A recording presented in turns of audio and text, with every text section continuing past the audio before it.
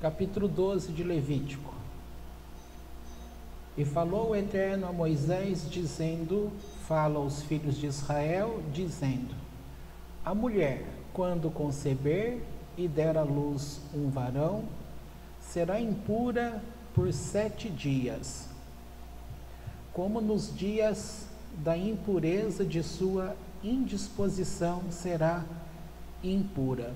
E no 8º dia, circuncidará a carne de seu prepúcio, do menino, e 33 dias estará com o sangue da purificação.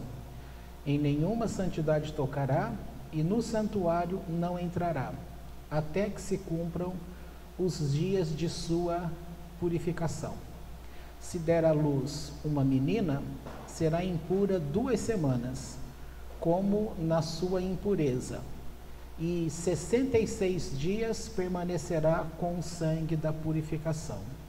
Ao cumprirem-se os dias de sua purificação, pelo filho ou pela filha, trará um cordeiro de idade de 1 ano por oferta de elevação, e um pombinho ou uma rola por sacrifício de pecado, à porta da tenda da reunião, ao sacerdote.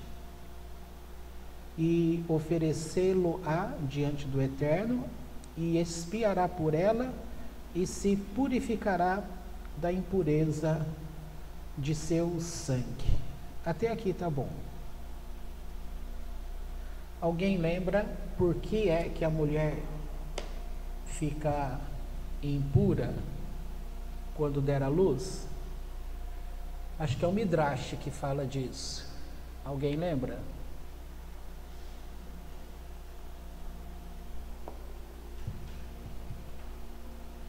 Vocês que foram mamães aí, o período da gravidez é bastante confuso, né, para algumas mulheres. Confuso por causa dos pensamentos. Tem uma linha da psicologia que diz assim, não que eu acredite nisso, tá? Só estou comentando com vocês. Diz assim que quando a mulher, para ela ficar grávida, ela já teria que vencer um bloqueio interno. Por quê? Porque a moça, estou falando da moça por causa que é ela que carrega a criança. A mulher, ela tem que furar um bloqueio, porque ela começa a fazer uma imagem inconsciente, um julgamento inconsciente, e nesse julgamento, geralmente, ela se vê como uma má filha. E aí ela começa a ter pensamentos perturbadores, em que ela estaria gerando um filho para castigar a ela, para que ela pague o que ela fez aos pais. Entendeu? Tem sentido? Tem sentido. Tá? Outra coisa que também é muito dito sobre aquelas mulheres que têm muita ânsia. Alguns médicos dizem que é o cabelo da criança, tal. Uma abordagem psicológica vai falar que é o ápice desse conflito interno, e então a mãe tem que vencer, porque a vontade dela é jogar fora. Por quê? Porque a assimilação é que a criança estaria vindo para punir, mas ao mesmo tempo é a realização para ser mãe. Aí o que ela faz?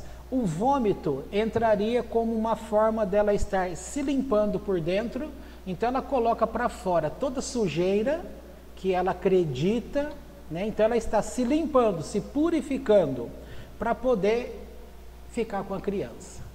Entendeu? São abordagens, coisas, algumas coisas são bastante interessantes. Aqui, um dos comentários da Torá vai dizer que, pergunta, poxa, mas por que a mulher vai ficar impura, não vai poder entrar diante de Deus?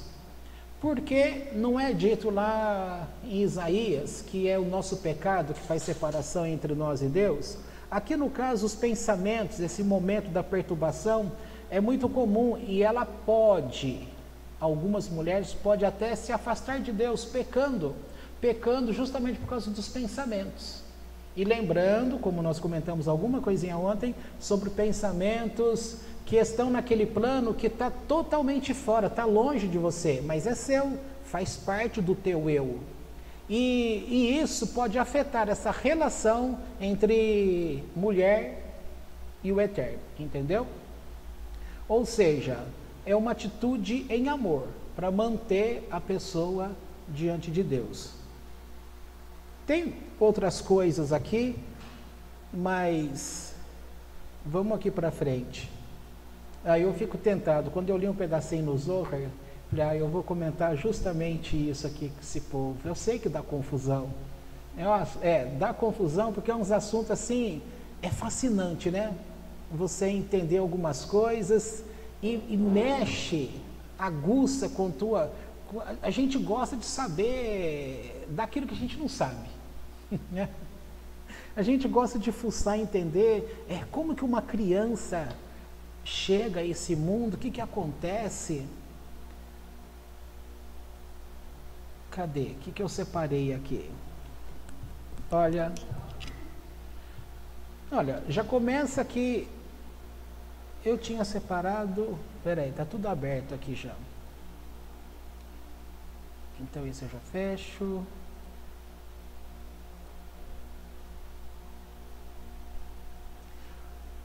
Olha só que interessante. Então o tema principal aí que vai tratar essa paraxá, o que vai marcar mais essa paraxá Tazria é a questão daquele que foi traduzido como lepra. Mas na verdade todo mundo sabe que não é a lepra. Na verdade é considerado um tipo de enfermidade que o Eterno criou. Ele fez isso, que era para punir justamente uma questão espiritual do homem. Está diretamente ligado com Lashon Hará. Essa questão de se falar contra as pessoas. E aí vem todo esse mecanismo que aqui trata, de ser observado, aí mostra o tempo que o Eterno te dá. Aí a gente lembra na sala de aula de antigamente, né? Eu não, vocês aí que de antigamente, vocês lembram que o professor colocava sentadinho no lixo atrás da porta? Você não passou por isso, que você é novinha, mas a sogra, por exemplo, ela passou por isso. Aí dizia assim, que tinha que pensar, não é? Que a criança tinha que pensar. Nas escolinhas fazem isso hoje? Faz? Você que tem criança... Não faz mais?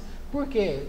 Se faz, a criança liga lá no conselho tutelar, dá maior confusão.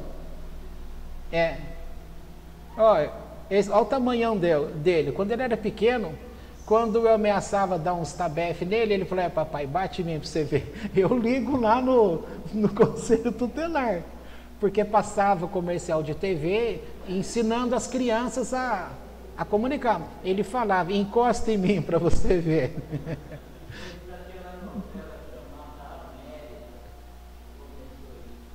Foi? Eu não lembro.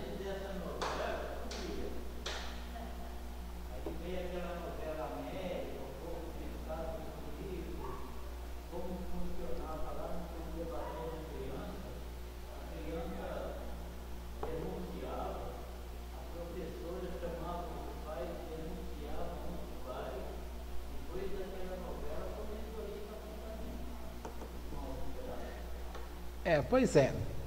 Mas o Eterno, ele não faz chantagem. Isso a gente já sabe. Embora um monte de gente não acredita, né, que o Eterno não faça chantagem. E não é bom uma pessoa acreditar que Deus faz o mal, né? Olha aqui, tem um texto do o Pequeno Midrash que diz assim... O título é Hashem tem muitos mensageiros, e está escrito assim: Hashem tem mensageiros por todo o mundo, que ele usa para punir pessoas. Bom, explicando essa base aqui, a ideia é que as pessoas perguntam, mas espera aí, se Deus fez esse mal a você, Se tudo vem dele, então como que ele possa ter feito mal? Por outro lado, é dito que Deus é bom e nele não há maldade alguma. Se não tem maldade nele, então como que o mal chega até você? Se vem também da parte dele, como que são essas coisas? Porque concorda que há decretos na corte celestial que pese sobre você? Inclusive tem uma meditação que se faz para que você altere o decreto que fosse dado ou que tenha sido gerado. E aí vem aquela pergunta que fizeram naquele dia. Se eu faço uma meditação dessa e vou alterar aquela ordem, eu não estou interferindo nos planos de Deus? Aí vira uma festa, né? Aí, não vamos entrar nessa agora não, que já deu muita confusão aquele dia. Então, veja só, olha que historinha legal, porque aí você passa a ter uma noção como que o Eterno usa Urachá para poder fazer as coisas. Então diz assim, que ele usa para punir as pessoas. Estes mensageiros podem ser pessoas, animais ou até mesmo insetos. Deus usou um inseto para punir alguém? Você lembra um caso famoso na história? Que foi um mosquito. Isso, é isso aí mesmo. O general Tito, depois que ele venceu lá a questão do segundo templo, aquela luta contra Israel, ele ficou todo cheio de si, dizendo que o Deus deles não tinha feito nada. Então aí o Eterno permitiu que a vespinha entrasse por dentro dele, deixou aquele homem doido, né? Aquele barulhinho que deixava o homem totalmente desestruturado. Bom, uma pessoa de pé perto de um lago, quando viu algo estranho, um sapo gordo estava atravessando o lago. Ele carregava um escorpião em suas costas. O homem ficou muito surpreso com esta cena e decidiu ficar onde estava e observar o que iria acontecer. Quando o sapo chegou ao outro lado do lago, o escorpião escorregou e foi embora. Logo depois, o homem ouviu um grito vindo da aldeia próxima. Um escorpião acabou de picar o homem e o matou. Agora eu entendo, pensou o homem. Aquele escorpião era um mensageiro de Hashem para punir alguém por seus pecados. E foi por isso que o sapo o carregou em suas costas, ajudando-o a atravessar o lago. Então ele viu que o escorpião voltou e novamente subiu nas costas do sapo. O sapo levou o escorpião de volta até o lugar onde ele vivia. Outra história se refere a um grupo de sábios, entre eles Rabi Elazar. Certa vez eles viajavam para visitar o sogro de Rabi Yossi, que estava doente. Era um dia muito quente e o sol castigava os viajantes. Logo eles chegaram a um agradável campo com árvores grandes e fontes de água. Como é bonito este lugar, disse Rabi Elazar. Vamos descansar um pouco aqui. Todos se sentaram para descansar. De repente, eles notaram uma imensa cobra saindo da grama. Rabi Elazar gritou para a cobra: pare, não continue em frente, pois o homem que você quer picar está arrependido de seus atos. Ele fez techuvá e não merece mais a morte. Os outros sábios ficaram abalados ao ouvir essas palavras. Rabi Akiva pediu a Rabi Elazar que explicasse o que estava acontecendo. Silêncio, disse Rabi Elazar. A cobra não está indo embora. Cobra, cobra, Rabi Elazar gritou novamente. Eu sei que você recebeu uma ordem do céu para matar aquele homem por causa de seus pecados, mas ele decidiu que nunca mais voltará a cometê-los. Vá embora. A cobra parou, como se indecisa, se devia dar ouvidos a Rabi Elazar, mas então ela continuou indo em frente. Espere, cobra, falou Rabi Elazar. Eu sei que você quer matar, por isso eu ordeno que você vá até um não-judeu Rachá, alguém que fez mal a um judeu. Ele está neste momento dormindo em sua caverna. Dê meia volta e vá até ele. Quando a cobra ouviu essas palavras, ela se virou e se apressou em seu caminho. Rabi Elazar explicou aos outros sábios: eu sabia que esta cobra enviada para matar, que era para matar um judeu, que pecou gravemente. Ele foi salvo do castigo somente porque fez a techuvá. Mas como você sabia disso? Perguntaram. Meu pai me falou que eu encontraria esta cobra, disse Rabi Elazar. Mas como você sabia que o judeu fez techuvá? Eles perguntaram. Eu escutei uma voz dos céus ordenando que a cobra desse meia volta, porque o judeu havia feito techuvá.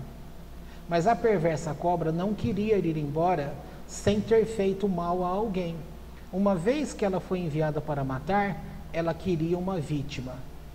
Por isso eu a direcionei para um não-judeu perverso.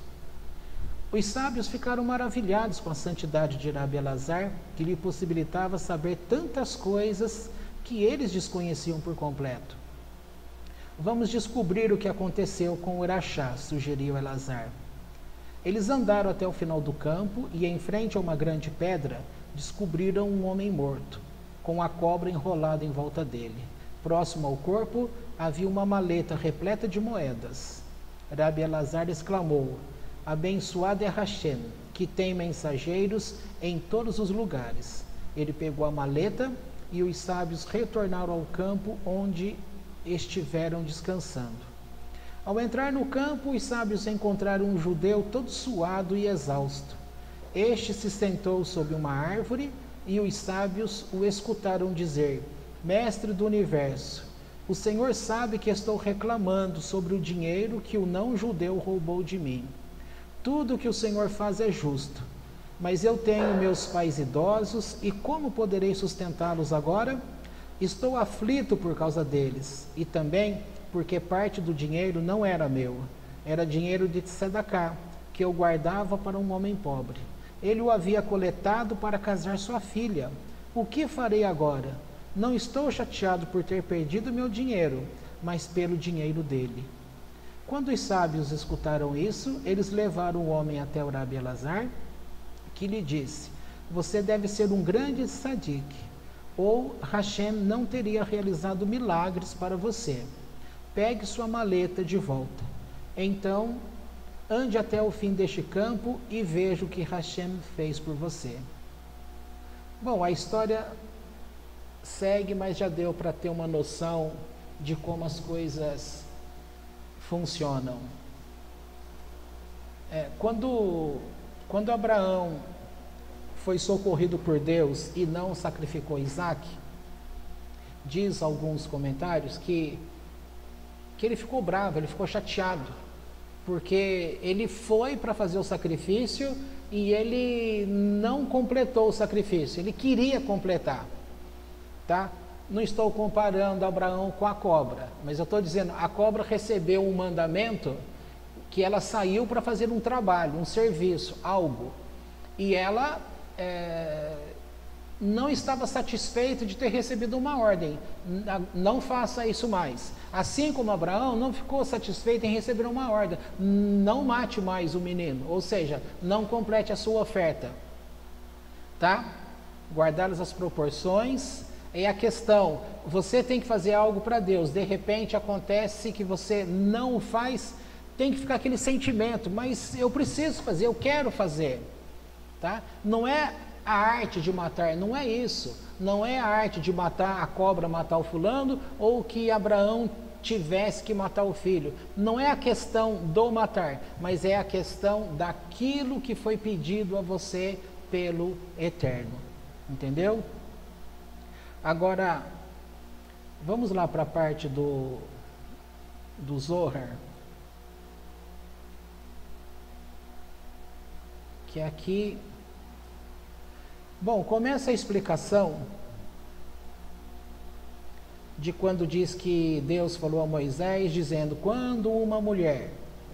Aí o Rabi Abba, ele cita o seguinte versículo, sobre minha cama de noite busco aquele que ama minha alma.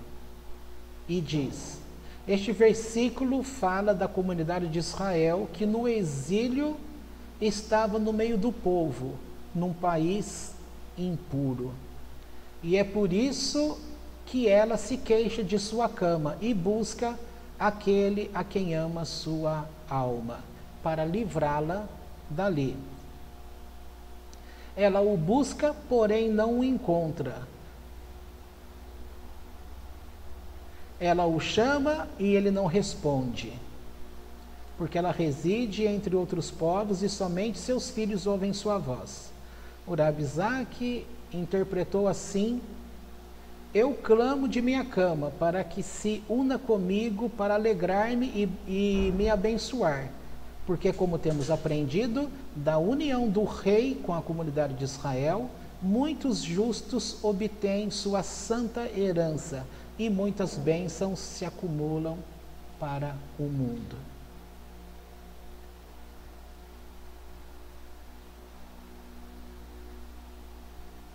Espera que eu estou pulando aqui.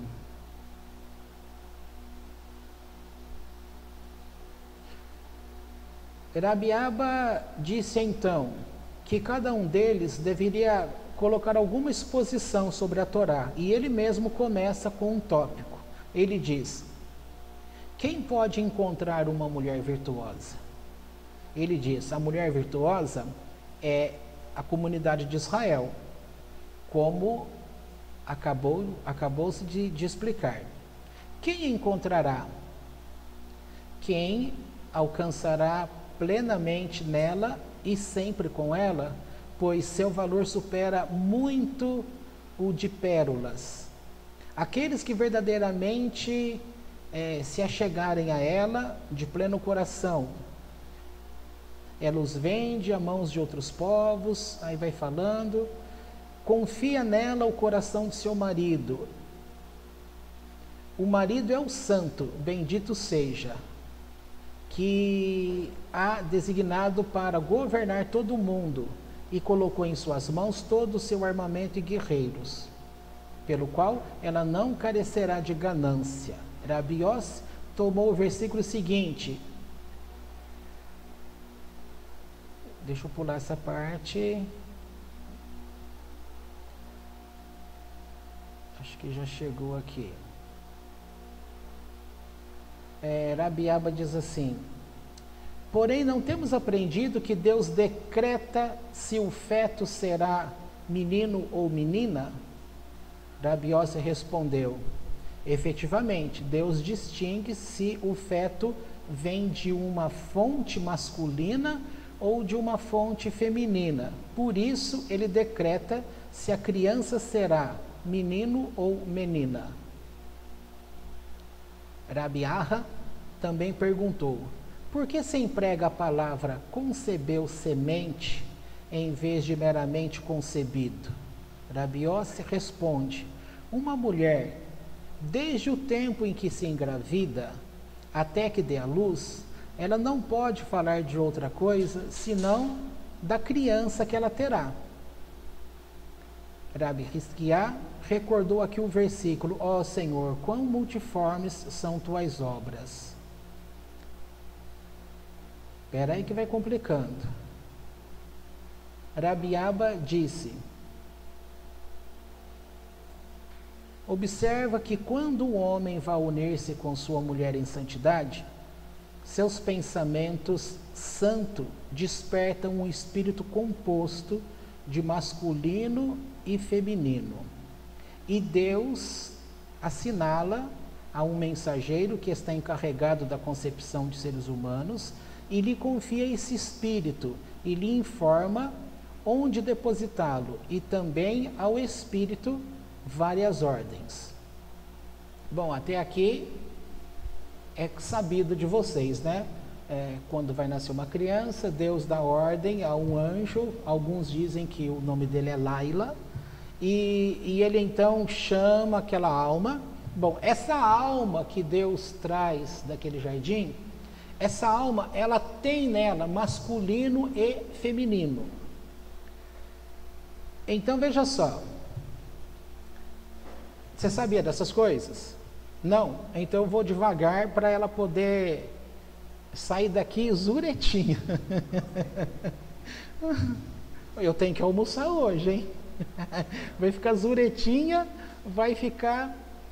Eu falei, esse é um tema gostoso, é mexer no vespeiro. Então, o que a ciência estava falando tempos atrás? Eu não vou recordar. Porque a questão que as pessoas gostam de saber é assim, tem homens que ele está lá casado e ele só faz mulher, né? E ele culpa a mulher dizendo, você não me deu um filho, né?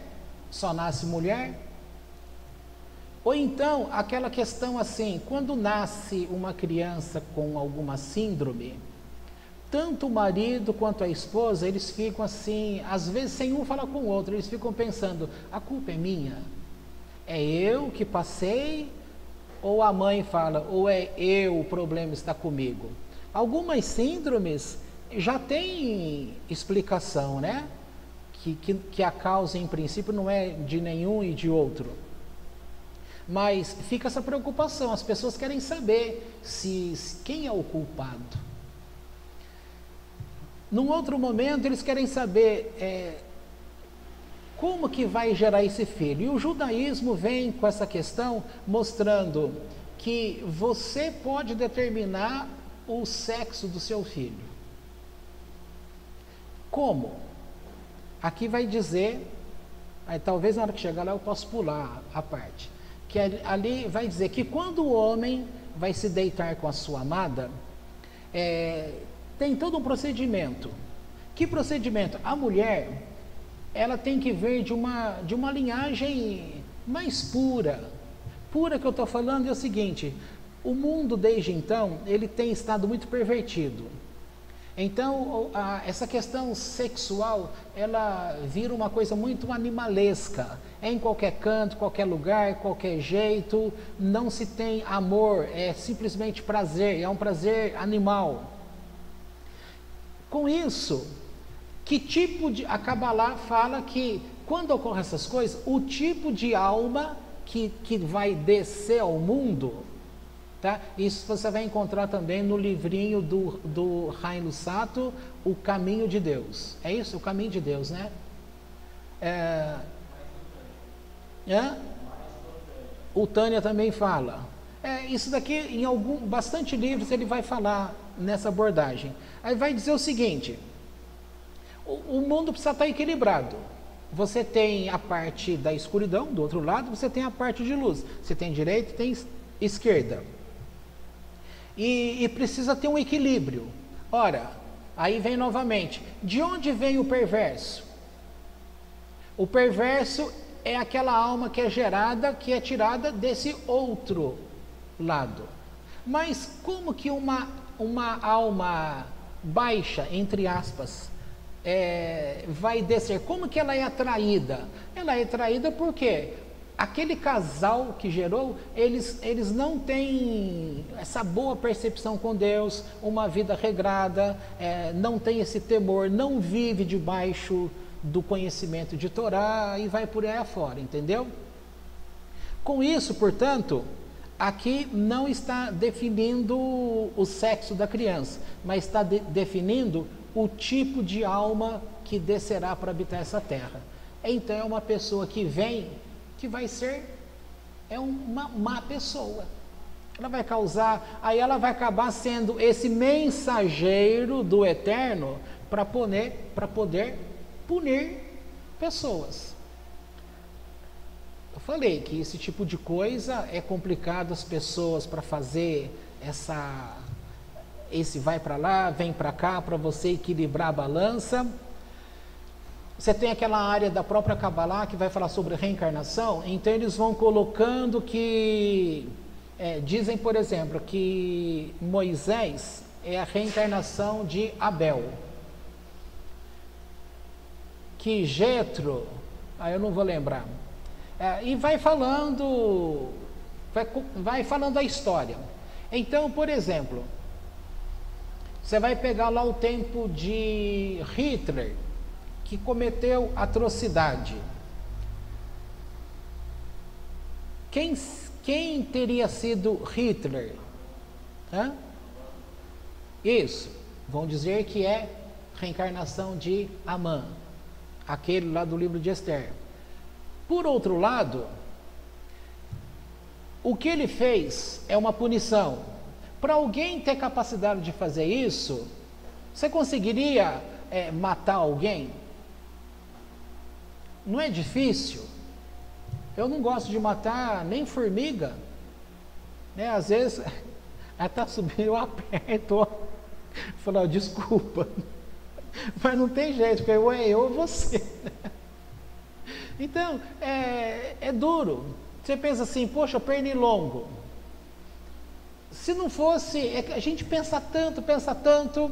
Eu lembro de uma cena de uma pessoa que estava num restaurante e ela viu um bichinho lá e aí ainda falou, poxa Deus, por que você fez esse bicho? Ele é tão nojento. Imagina uma barata, né? Você fala, poxa Deus, para que tem a barata? Um bichinho tão...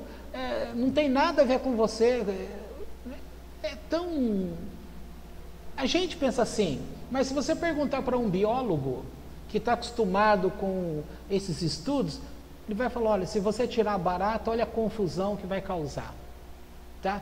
Deus é santo, Ele sabe por que tem uma coisa e outra, e a gente não tem o direito de ficar falando, Deus, por que essa coisa nojenta? Mas é criação de Deus. Então este ser que é trazido à Terra, ele é atraído, uma alma é trazida por causa do comportamento daquele casal. Agora, se você pega duas pessoas tementes a Deus, que vivem, não é religiosamente para Deus, mas que anda com o coração leve com Deus, entendendo as coisas, praticando os atributos de Deus, procurando ser pessoas boas.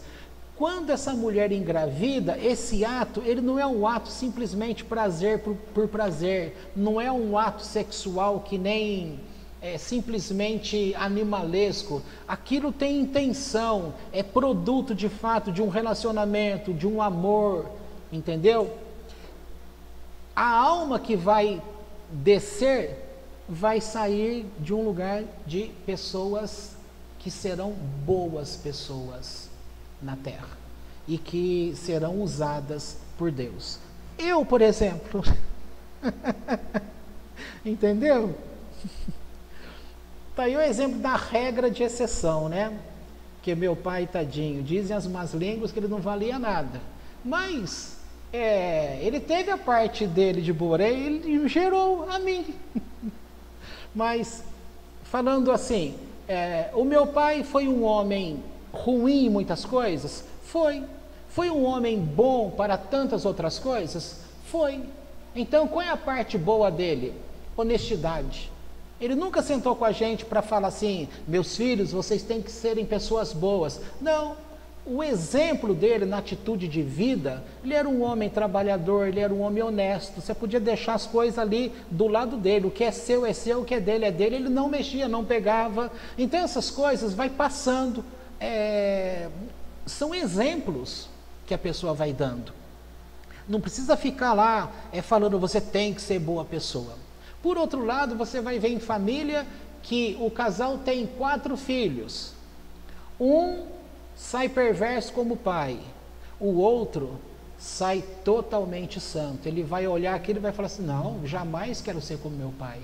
E o outro vai dizer, eu vou curtir a vida como meu pai fez, é assim que tem que ser. Aí são escolhas, entendeu? Aqui nesse caso nós estamos falando do relacionamento, como é que vai gerar semente, o que é que você vai atrair. Agora lembra de novo, os nossos pensamentos, o que eles fazem? Eles não estão atraindo coisas do universo? Aí vem a pergunta, por isso que você tem que ficar pensando, o que você tem atraído, que tipo de pensamento você permite que fique dentro de você, entendeu? Bom, vamos pular aqui essa parte então.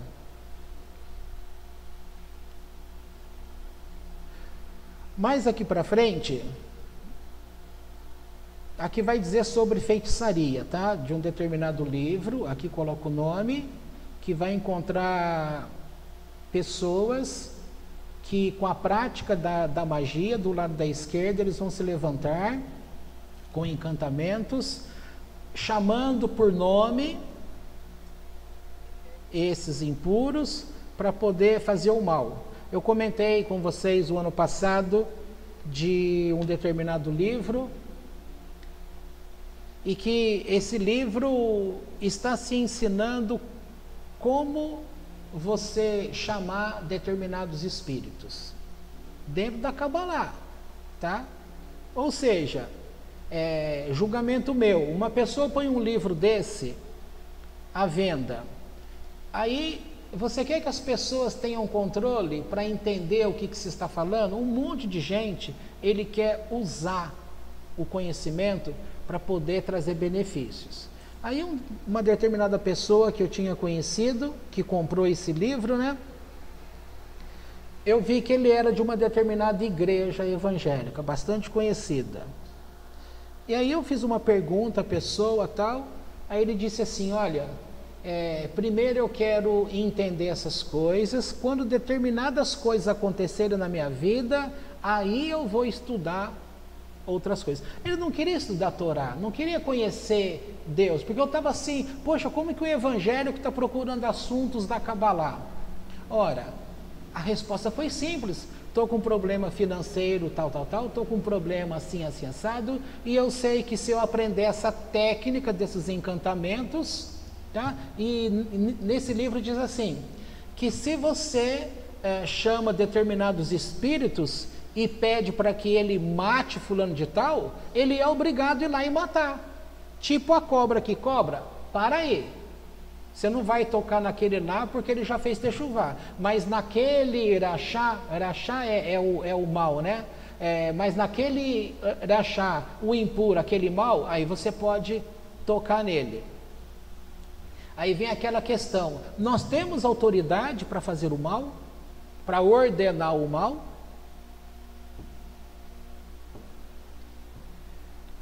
Aí vem aquela história do Hassidismo, né? Que o mestre está com seus discípulos e dá uma ordem para eles sobre...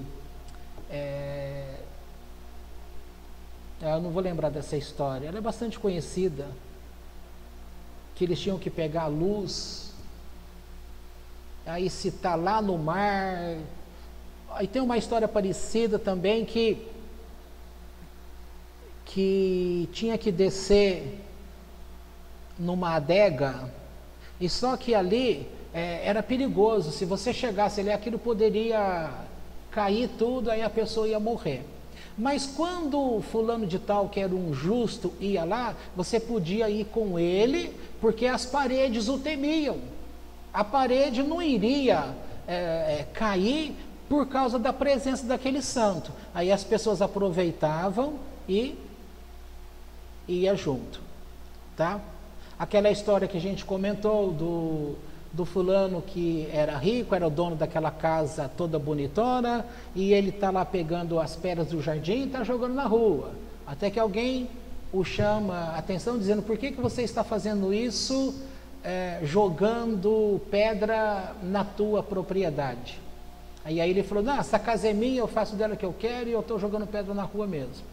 Mas aí ele recebe uma palavra dizendo que um dia ele estaria na rua.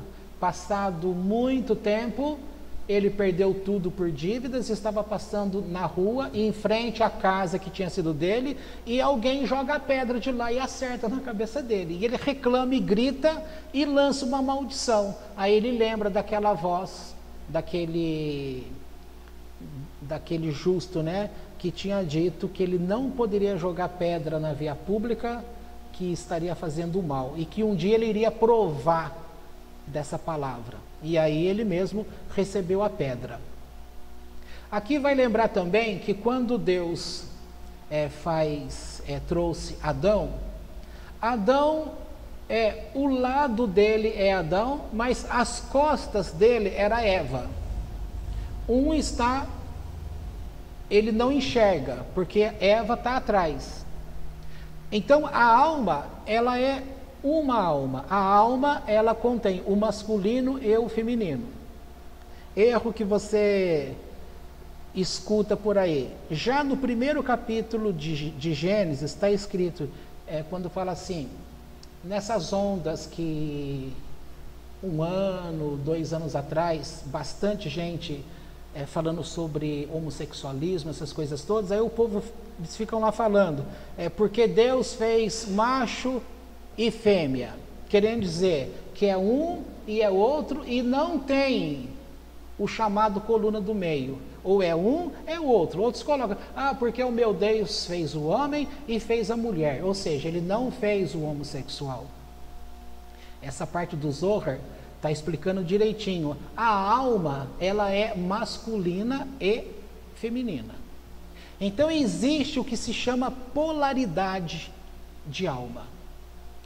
Mas para falar em polaridade de alma, necessariamente você teria que ter conhecimento daquilo que é reencarnação tratada no judaísmo. Porque se você ficar com o conceito de reencarnação tratada no espiritismo, vai ter confusão na cabeça, tá? Porque aí vem a questão também de alma gêmea. Deixa eu ver o que é que eu marquei. Sabe aquelas histórias que fala assim, eu preciso achar a tampa da panela, a tampa, a metade da laranja. Vocês já ouviram falar de um livro chamado O Banquete?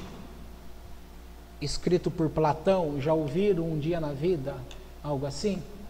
É um filósofo que escreve sobre Sócrates. E nesse banquete eles estão tratando sobre o amor, e ali cada um é chamado naquele jantar para poder dar a sua versão sobre o amor. Ali que você vai encontrar essa questão, porque um vai dizer assim, olha, lá no começo o homem ele tinha 4 mãos, 4 pernas, 2 cabeças, tudo dobrado, e aí por causa de uma maldição ele foi cortado ao meio e foi jogado um para um lado, um para o outro, e como punição eles iriam passar a vida toda procurando a sua metade. E aí popularizou, eu estou em busca da minha metade, coisas que a gente ouve no dia a dia. Mas aqui, em termos técnicos da Kabbalah, está dizendo que Adão, portanto, a parte da frente dele é Adão, a parte de trás é Eva. E que a alma, quando é trazida, aí novamente aquela questão da alma, tá? A alma, quando ela é trazida, na hora que ela vai entrar no corpo da criança, que Deus sabe qual é o momento, o que o Eterno faz? Ele faz essa separação. Se aquela criança tem que ser menino, então essa parte da alma como masculino entra nessa criança. E a parte que é feminina, o Eterno, segundo a sabedoria dele, ele vai estabelecer onde é que ela vai nascer, de qual família, onde é que vai nascer, e se aquele homem, no caso, for uma pessoa boa, que cumpra os preceitos de Deus, e ele alcançar mérito, então ele vai poder encontrar a sua alma gêmea.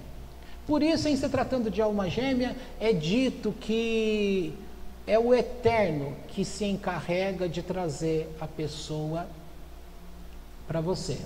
Às vezes a gente vê coisas aí incríveis, né? O fulano está aqui no Brasil, de repente ele casa com um brasileiro que está lá do outro lado do mundo. Imagina essas reportagens de Globo Repórter, Esquimó, você vê lá que só tem 15 pessoas no lugar, de repente um daquele lá acontece um acidente, a mulher foi para lá, se apaixonou, casou, você fala, puxa, como que pode? Ou então no próprio livro do Jó, quando Deus pergunta para ele, por que tem aquela plantinha lá longe? E Deus sabe por que a água tem que fazer aquele caminho para ir lá naquele lugar. Então o Eterno sabe dessas coisas. Vocês não ficam curiosos, não? Hein? Sobre essas coisas? Aí o Rabi Elazar, isso que eu acabei de falar, Deixa eu ler aqui que fica mais fácil. Essa parte aqui também é interessante. Eu falei da parte do livro lá do mal, que as pessoas tal. Aí diz assim, olha, pois desde esse tempo lhe pertence, quando vem o tempo em que, na forma celestial que foi lhe dado, não, isso aqui já é, eu não cheguei a falar, vou pular. Quando a alma está por descer a este mundo, primeiro ela passa pelo jardim do Éden terreno. Então vamos lembrar, existe 2 jardins do Éden, um vinculado com o mundo espiritual, um vinculado com o mundo terrestre. Quando uma pessoa morre aqui, e ele é justo, ele vai nesse primeiro andar do jardim do Éden, tá? Para depois passar para a parte profunda. Aquele que é o perfeito tzadik, ou o famoso homem santo, ele já entra direto no outro jardim do Éden, tá? Agora, seguindo aqui, veja só. Então, quando a alma está para descer no mundo, primeiro ela vai passar pelo jardim do Éden, o da terra, né? E ali ela vai observar a glória das almas dos justos. E depois ela vai até o Guiena, uma semelhança de inferno, tá? E ela vai ver aqueles iníquos que estão sofrendo ali e não encontram compaixão. Para que serve isso? Imagina, você que é você, agora você está sabendo, antes que a tua alma chegasse até você para ser quem é essa pessoa que você é, ela dá uma passadinha no andar de cima. Então ela vai ver o bom, o que acontece com quem faz as coisas boas aqui, e vai também ver o que acontece com quem não faz coisas boas aqui. Tá? Para ficar claro o quê? Você acha justo isso? Não é justo? Né? Nossa, todo mundo sério, credo, estou até com medo agora. Gente, não é justo? É justo? Porque se Deus mostra só o lado bom, aí vai dizer que está tendo, né? Se mostra só o lado ruim, também vai dizer que está tendo, tá? Agora, quando você, antes de vir à Terra, você vai lá olhar o que acontece com quem andou mal por aqui e o que acontece com quem mandou bem por aqui. E aí a escolha é sua, porque livre-arbítrio é para ser usado aqui, é a atitude que nós temos. Então nós vamos realmente ser cobrados. Por que você fez isso? Mas eu não sabia que isso era proibido, que me levaria para o mal. Como que não? Antes de você entrar nesse mundo, você foi lá e você viu. Então você não tem desculpa. É mais uma forma da gente ser indesculpável. Embora não se gosta de falar sobre o Novo Testamento, mas tem aquele famoso capítulo 1 de Romanos, em que Paulo fala ali, e o homem está indesculpável. As escolhas erradas que o homem fez. Não há desculpa para ele. Tá? E aqui fica claro que de fato não há desculpa, porque antes da alma descer até aqui, ela teve acesso aos dois lados, ao lado daquele que está sofrendo e daquele que está em alegria. Vamos continuar.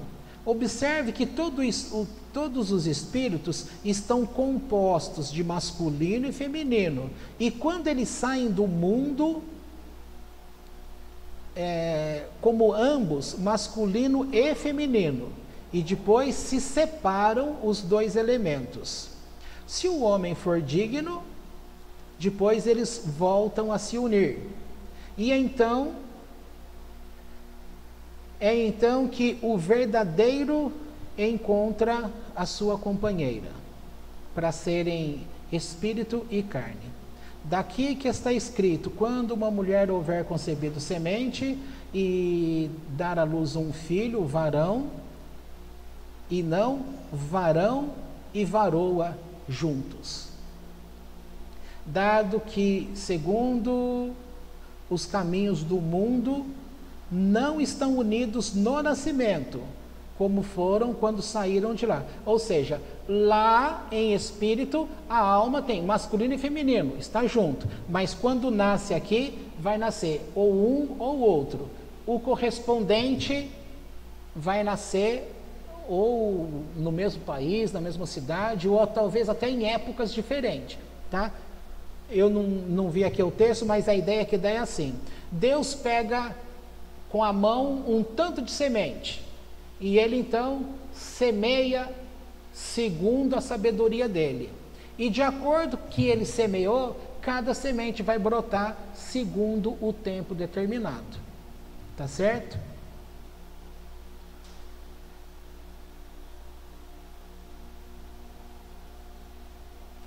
Aí o Rabi Elazar diz assim: isso não é assim. Todos no começo compreendem ambos, varão e varoa, depois são separados. Porém, se a mulher tem um varão, estão unidos desde o lado da direita. E se ela tem uma menina, desde o lado da esquerda. Ó, menino sempre vem da direita, mulher sempre vem da esquerda. Aí tem que lembrar que esquerda e direita não tem nada a ver com o que você ouviu na Umbanda, nessas questões que o brasileiro fala, que trabalho de esquerda, trabalho de direita. Direita é bonzinho, esquerda malzinho, tá? O da esquerda está vinculado com, na árvore sefirótica, com qual? Direita é o que? Hesed. Esquerda é Gevurah, que é força, que é a parte mais, é o nervosinho, tá certo? E aí vai dando equilíbrio. Então, predominante deste lado. Daqui, se a criança, menino, sai do lado da esquerda, ele será afeminado. Porém, se sai do lado da direita, terá o domínio sobre a mulher. Bom, não vai ser novidade para vocês aqui, mas talvez para ela seja. Então, é possível que um homossexual, que vocês já ouviram dizer, mas eu já nasci assim. E todo mundo fala, nasceu nada. Nasce só homem ou só mulher. Você tem uma prova aqui. É possível vir do alto como homossexual? É. Então, se você é uma pessoa que tem tido esse pensamento de achar que o homossexual é sem vergonha, alguns são, é verdade, tá? Mas eu estou falando de uma forma mais santa, sem ver perversidade, sem ver pornografia, essas coisas todas. Estamos falando em termos de alma, de seres humanos, tá?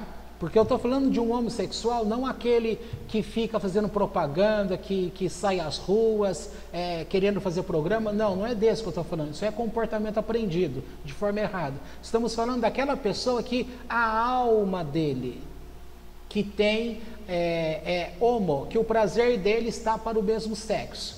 Tá? Então, se ele é médico, se ele é advogado, ele vai ser uma pessoa normal, comum. Ninguém precisa saber o que ele é. Ninguém precisa ficar aí se mostrando naquilo que é. Entendeu? Vamos citar lá o Novo Testamento também, porque tem um texto que o povo gosta de falar, atribuído a Jesus, quando ele fala que há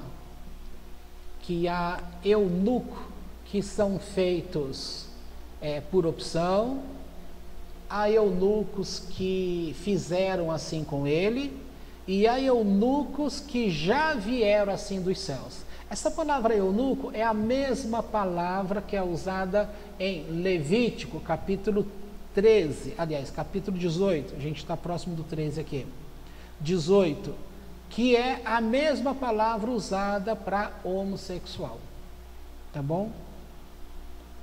Eu falei que isso aí dá confusão, mexe com ensinos de pessoas.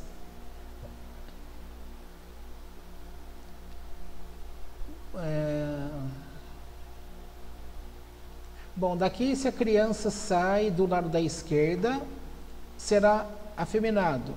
Porém, se ela sair do lado da direita, terá domínio sobre a mulher. Muitas miríades são produzidas a cada hora, porém não se chamam almas até que elas estejam conectadas com o corpo. E isso somente depois de 33 dias, aqui fazendo a relação com a Paraxá. Ela ficará imunda 7 dias, porque durante 7 dias não entram espíritos para morar nela. Durante 7 dias o espírito busca seu lugar no corpo, e somente no 8º dia se instalará nele, ou seja, no corpo, e alma podem aparecer ante aquele que a vai receber, a parteira, por exemplo. Mas ela permanecerá 33 dias purificando-se do fluxo de sangue. Estes são para permitir ao espírito estabelecer-se no corpo. Os 3 dias extras são os primeiros 3 dias depois da circuncisão, durante os quais a criança está com muita dor e o espírito não pode estabelecer-se no corpo. Nenhuma coisa santa deve tocar. Cada dia a comunidade de Israel toma da casa do rei alimento para os espíritos dos homens e os alimenta em santidade, salvo aqueles cujos espíritos ainda estão se estabelecendo nos corpos. Porém, depois de 33 dias, no caso da mulher que requer, aqui vai falar que é o número dobrado de dias.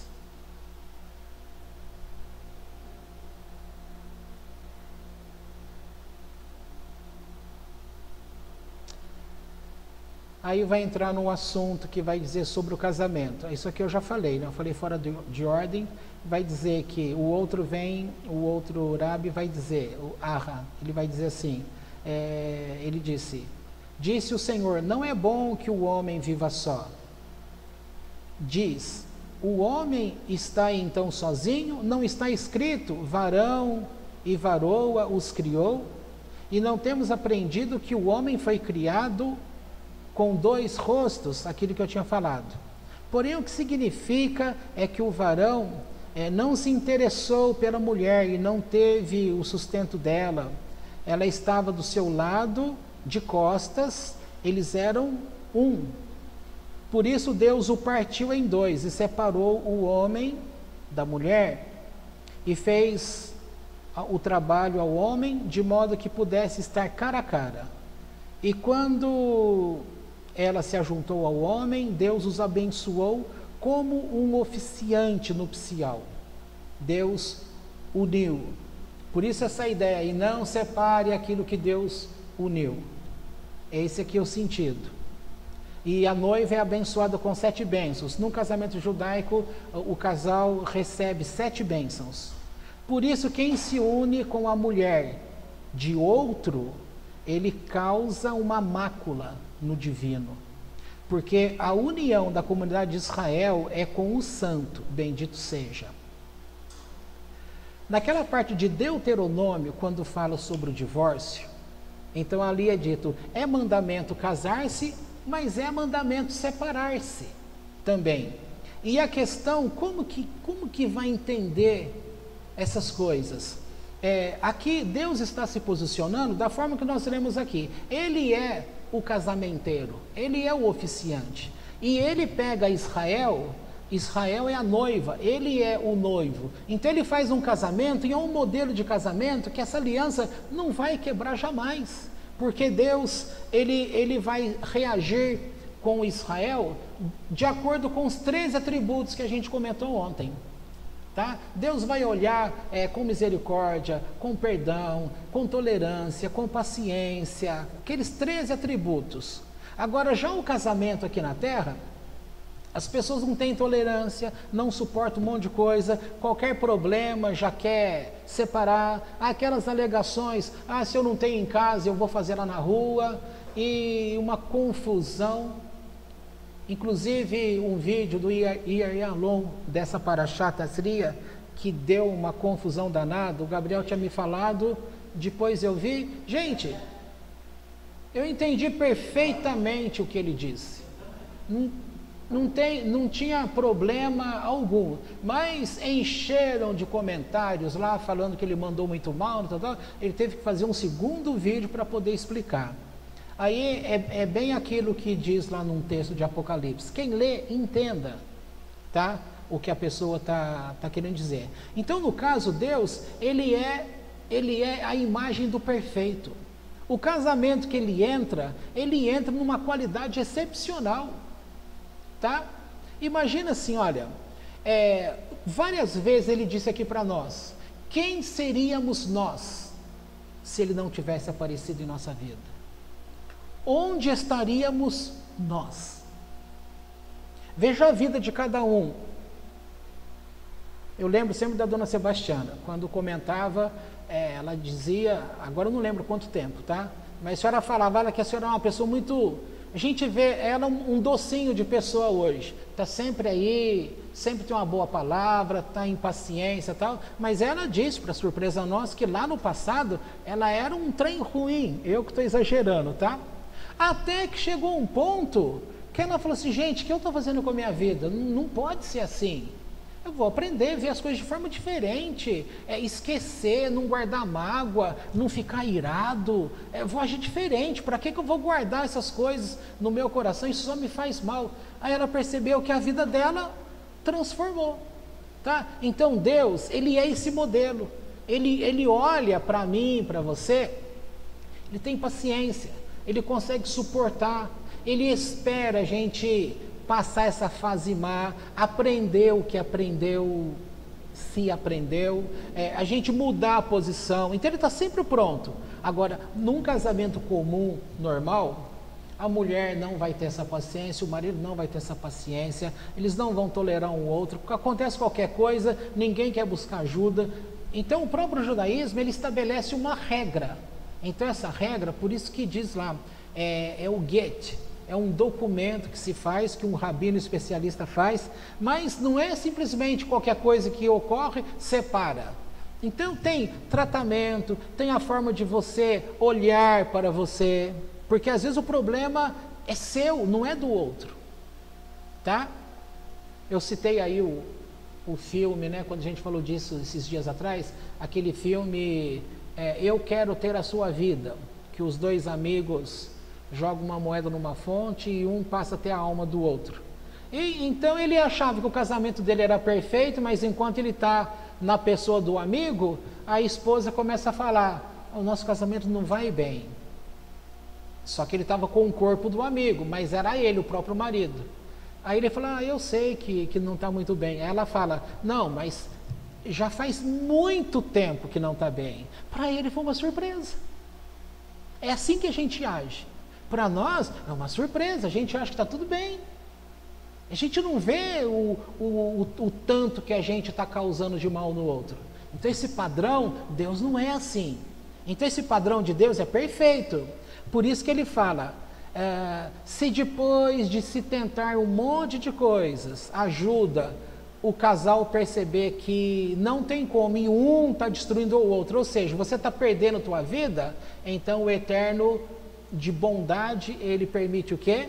Que haja uma separação, para que cada um tenha a oportunidade de ser feliz. Então, isso é uma visão, lembra aquela menininha do carrossel, né? Ai, que romântico! É uma visão muito bonita, é uma forma humana de Deus olhar e tratar, e não uma forma de você, no tempo do Jô Soares, casa separa, casa separa, casa separa, casa separa. Vê aí, gente que está no 13º casamento, 8º casamento, tem alguma coisa errada.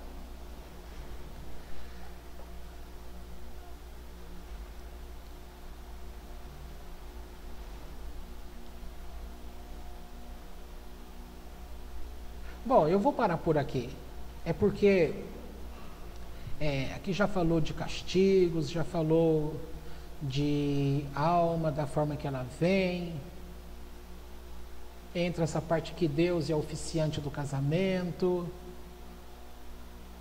Essa questão de alma, masculino, feminino. No livro do Yair Yalom, chamado Almas Gêmeas, ele vai trazer o conceito aí da Kabbalah sobre polaridade de almas. E ali ele vai tratar desse assunto como que acontece essa polaridade de alma, tá? Então veja só, a primeira vinda à Terra, a pessoa vem equilibrada, então ela tem lá 50% homem, 50% mulher.